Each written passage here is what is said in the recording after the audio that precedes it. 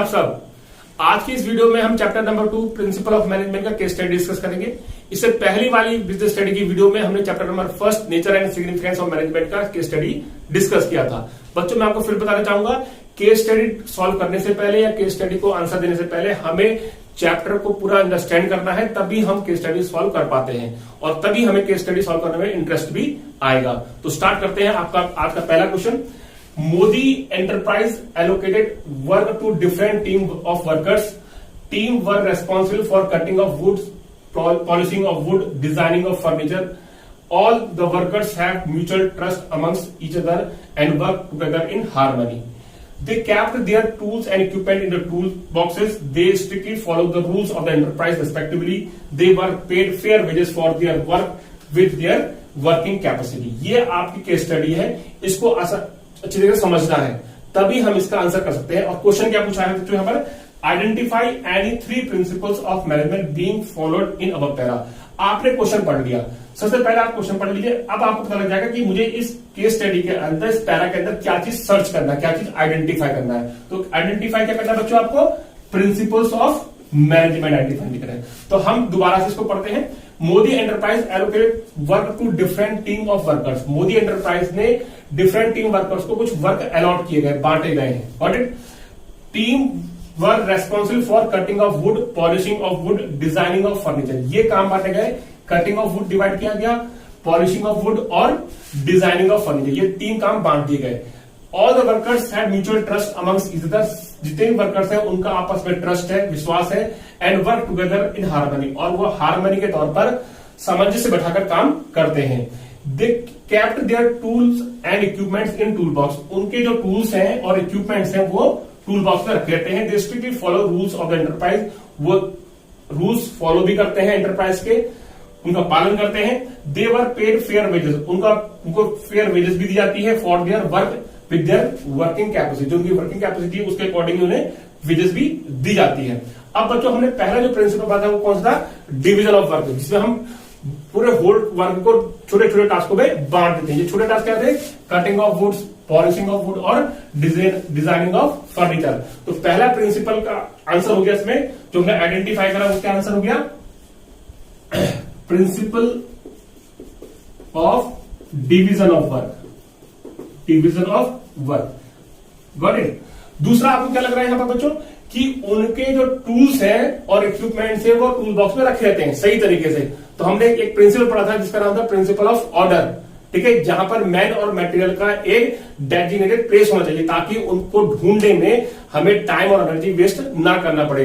तो second principal जो हमने यहां पर आइडेंटिफाई करा वो हो गया principle of order, got it. अब क्या है, तीसरा क्या है इसमें, कि जो वेजेस दी जा रही है उनको फेयर दी जा रही है, ठीक है, उनके वर्किंग कैपेसिटी के अनुसार। तो यहां पर तीसरा प्रिंसिपल आपका कहलाएगा प्रिंसिपल ऑफ रेम्यूनरेशन। ये आपने 3 प्रिंसिपल फाइंड आउट कर लिए। तो देखो बच्चों कि क्वेश्चन कितना बड़ा था और आंसर सिर्फ 3 सेंटेंस में होगा, 3 प्रिंसिपल लिखने थे और आपने ये सॉल्व कर लिया। Okay, now come to the next one बच्चों। Ramesh, the sales manager of ABC Limited, given the responsibility of selling 5,000 AC in a year. Ramesh एक सेल्स मैनेजर है लिमिटेड कंपनी के अंदर, जिसको 5,000 AC बेचने की रेस्पॉन्सिबिलिटी दी गई है। This target could be achieved if he has the sales team of 50 people. ये टारगेट तब अचीव हो सकता है जब उसके पास 50 people की टीम होगी। Presently only 30 people are working under him. लेकिन प्रेजेंट सिचुएशन क्या है कि उसके 30 people ही उसके अंदर काम कर रहे हैं। He was not allowed to hire or recruit more person by his superior. उसके सुपीरियर ने उसको कोई परमिशन नहीं दी गई है, उसको अलाउड नहीं किया गया है कि वो आगे नए वर्कर्स को हायर कर सके या रिक्रूट कर सके। एज ए रिजल्ट जब उसके पास मोर वर्कर्स नहीं होंगे या 50 पीपल्स नहीं होंगे तो क्या हो रहा है, एज ए रिजल्ट ही fails to meet their target. वो अपने टारगेट को मीट आउट करने में फेल हो जा रहा है। क्वेश्चन है which principle of management is violated here. कौन सा प्रिंसिपल ऑफ मैनेजमेंट यहाँ पर वायलेट हो रहा है, कौन सा प्रिंसिपल बच्चों। पहले केस स्टडी को समझ लेते हैं कि रेस्पॉन्सिबिलिटी तो दी गई है कि आपको 5,000 AC बेचने हैं, यहां पर ध्यान दें, ये रेस्पॉन्सिबिलिटी है। लेकिन साथ साथ क्या है कि उसको परमिशन अलाउड नहीं की गई है कि वो नए वर्कर्स को मोर वर्कर्स को रिक्रूट कर सके। तो यहां पर रेस्पॉन्सिबिलिटी है लेकिन अथॉरिटी नहीं है। तो principle of authority and responsibility यहां पर वायलेट हो रहा है। तो आप आंसर लिखेंगे यहां पर principle of authority and responsibility. Got it. Principle of authority and responsibility होता क्या बच्चों कि अकॉर्डिंग टू फ्यूल कहते हैं कि जितनी अमाउंट की हम रेस्पॉन्सिबिलिटी देते हैं किसी मैनेजर को, तो उसके इक्वलेंट अमाउंट की उसको अथॉरिटी भी मिलनी चाहिए, ताकि वो अथॉरिटी के होने के साथ साथ अपनी रेस्पॉन्सिबिलिटी को फुलफिल कर सके। अगर हम सिर्फ अथॉरिटी देंगे और रेस्पॉन्सिबिलिटी नहीं देंगे तो वो अनड्यू एडवांटेज उस अथॉरिटी का लेगा।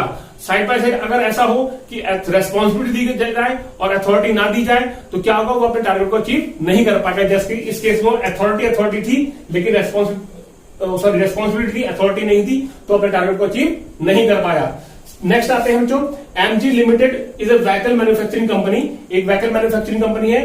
The company has the same unit of producing both bikes and car. Company के अंदर क्या हो रहा है, एक ही यूनिट के अंदर बाइक्स भी बन रही है और कार भी बन रही है। This lead to confusion among the employees, जिससे क्या हो रहा है, कंफ्यूजन क्रिएट हो रहा है एम्प्लॉइज के अंदर regarding the reporting as well as the differentiation of work, कि काम की रिपोर्टिंग किसको करें और वर्क का डिफरेंशिएशन कैसे किया जाए। क्वेश्चन है identify and explain the principle of fuel violated. यहां पर प्रिंसिपल ऑफ फ्यूल कौन सा वायलेट हो रहा है, तो आप देखेंगे कि एक ही यूनिट के अंदर बाइक्स भी बन रही है और कार्स भी बन रही है।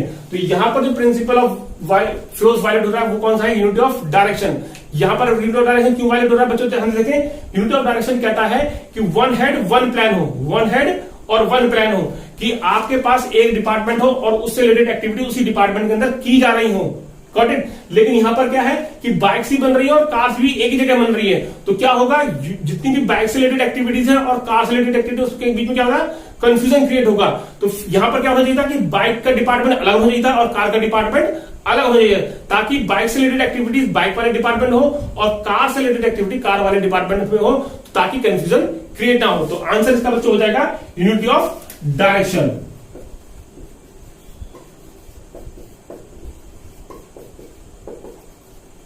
ठीक है, एक्सप्लेनेशन आप उसे डिटेल में लिखेंगे। Okay, come to the next one बच्चों।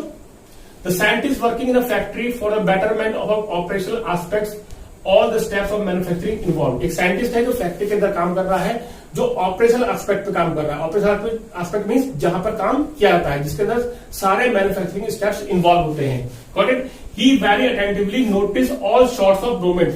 वो बिल्कुल ध्यान से उन सारे मूवमेंट्स को नोटिस करता है, जिससे किसी भी एक्टिविटी को सिंपल तरीके से हम कर सकते हैं, to arrive at a simpler way of doing all the activities. सारी एक्टिविटीज करने का सिंपल तरीका जो होता है, उन सारी मूवमेंट्स को क्या करता है, नोटिस करता है। With his hard work he was able to bring down. अपने कठिन परिश्रम से वो ब्रिंग डाउन, नीचे कर देता है, कम कर देता है, द नंबर ऑफ एक्टिविटीज, उन एक्टिविटीज की संख्याओं को, for the manufacturing of the final product, जो किसी फाइनल प्रोडक्ट को बनाने में की जाती है, फ्रॉम 32 टू 22। सपोज करो किसी काम को करने में हमें पहले 32 एक्टिविटीज करनी पड़ती थी, लेकिन उस साइंटिस्ट ने अपने हार्ड वर्क से उन एक्टिविटीज को क्या कर दिया, 32 से करते लिया, वो 22 तक लिया, नंबर ऑफ एक्टिविटीज को डिक्रीज कर दी। This was able to bring down the labour charges. जब हमारी एक्टिविटीज कम हो गई तो हमें लेबर भी हमें कम चाहिए होगी, तो जिससे हमारे लेबर चार्जेस भी कम हो गए, and decrease the total time of production, और जिससे आप टोटल टाइम ऑफ प्रोडक्शन भी क्या हो गया, कम हो गया।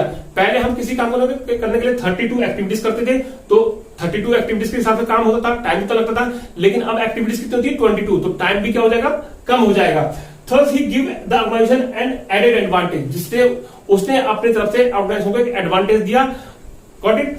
अब क्या कर रहा है, which type of scientific technique is discuss here. यहां पर कौन सी साइंटिफिक टेक्निक डिस्कस किया जाए, हमने टेलर की साइंटिफिक टेक्निक पढ़ी थी, तो यहां पर बच्चों जो साइंटिफिक टेक्निक डिस्कस की जा रही है वो कौन सी है, मोशन स्टडी है। मोशन स्टडी के अंदर क्या होता है बच्चों, जो अनवांटेड या अनप्रोडक्टिव मूवमेंट्स होते हैं उनको हम कट कर देते हैं, जिससे हम अपने टास्क को जल्दी से जल्दी पूरा कर सकें और हमारा टाइम भी क्या हो, कम खर्च हो। तो इसका आंसर हो जाएगा बच्चों motion study. Okay, got it. Now come to the next one बच्चों। Magma coolers are leading manufacturing in their area. Magma company जो कूलर को मैन्युफैक्चर करती है, they have decided to increase the productivity of their workers. उन्होंने decide किया है कि अपने वर्कर्स की प्रोडक्टिविटी को इंक्रीज करेंगे, वर्कर्स की कार्य क्षमता को बढ़ाएंगे। For this they have chalked out a plan. इसके लिए वो प्लान बनाते हैं। चॉक्ड आउट मीन्स प्लान को मेक कर रहे हैं, बनाना। They will be hiring operational managers who to work at lower level of management। इसलिए वो कुछ ऑपरेशनल मैनेजर को हायर कर रहे हैं जो कि लोअर लेवल पर काम करेंगे। They have decide to keep 8 managers over a single worker. हर एक प्रति वर्कर के ऊपर उन्होंने 8 मैनेजर्स को हायर रखा हुआ है। Thus every worker will have to report all these 8 manager. इसलिए हर एक वर्कर उन 8 मैनेजर्स को क्या करेगा, रिपोर्ट करेगा। क्वेश्चन आपको यहां पर खत्म हो गया। अब क्वेश्चन पूछा आपसे, which technique of scientific management followed here. यहां पर कौन सी साइंटिफिक टेक्निक फॉलोड की जा रही है। तो हमने टेलर की जो साइंटिफिक टेक्निक पढ़ी थी उसमें सबसे पहला था फंक्शनल फोरमैनशिप, जिसमें 8 एक्सपर्ट्स के नाम बताए गए थे। तो 8 एक्सपर्ट्स आपको याद होंगे, route clerk, instruction clerk, time and cost clerk और discipline, gang boss, repair box, speed boss और इंस्पेक्टर। ये 8 एक्सपर्ट थे जिनको वर्कर के ऊपर हायर किया जाता था या रखा जाता था उनकी वर्किंग को ऑब्जर्व करने के लिए। तो यहां पर जो टेक्निक फॉलो हो रही है उसका नाम हो जाएगा फंक्शनल फोरमैनशिप। करेक्ट, ये इसका आंसर होता है पहले का। करेक्ट। इसमें तो दूसरा क्वेश्चन पूछा जा रहा है। दूसरा क्वेश्चन क्या है, what will be the benefit. इस टेक्निक का बेनिफिट क्या होता है। तो फंक्शनल फोरमैनशिप टेक्निक होती क्या है बच्चों, फंक्शनल फोरमैनशिप टेक्निक में बताया गया है कि जो वर्कर्स होते हैं उनको प्लानिंग एस्पेक्ट से दूर रखा जाता है। किस एस्पेक्ट से, प्लानिंग एस्पेक्ट से। वो सिर्फ अपने वर्क पर या मैन्युफैक्चरिंग में, प्रोडक्शन पर ही कंसंट्रेट कर सकें। इसलिए जो वर्कर्स के ऊपर जो लोअर लेवल का मैनेजर होता है उसे क्या कहते हैं, फोरमैन कहते हैं। क्या कहते हैं, फोरमैन कहते हैं, सुपरवाइजर भी आप बोल सकते हैं। तो वहां पर बोला गया है कि यहां पर 8 एक्सपर्ट रखे जाएंगे, अपॉइंट किए जाएंगे, जो वर्कर्स के ऊपर ऑब्जर्व करेंगे और उनकी वर्किंग प्रोडक्टिविटी को बढ़ाने की कोशिश करेंगे, जिससे वर्कर्स की प्रोडक्टिविटी बढ़ेगी और टाइम और कॉस्ट भी आपका सेव हो जाएगा। ओके, होप्स तो आपको ये स्टडी समझ में आएंगी। इससे रिलेटेड केस स्टडीज मैं आपको वीडियो के डिस्क्रिप्शन में लिंक दूंगा, उसको आप भी कॉपी करेंगे और समझेंगे। गॉट इट बच्चों, थैंक यू।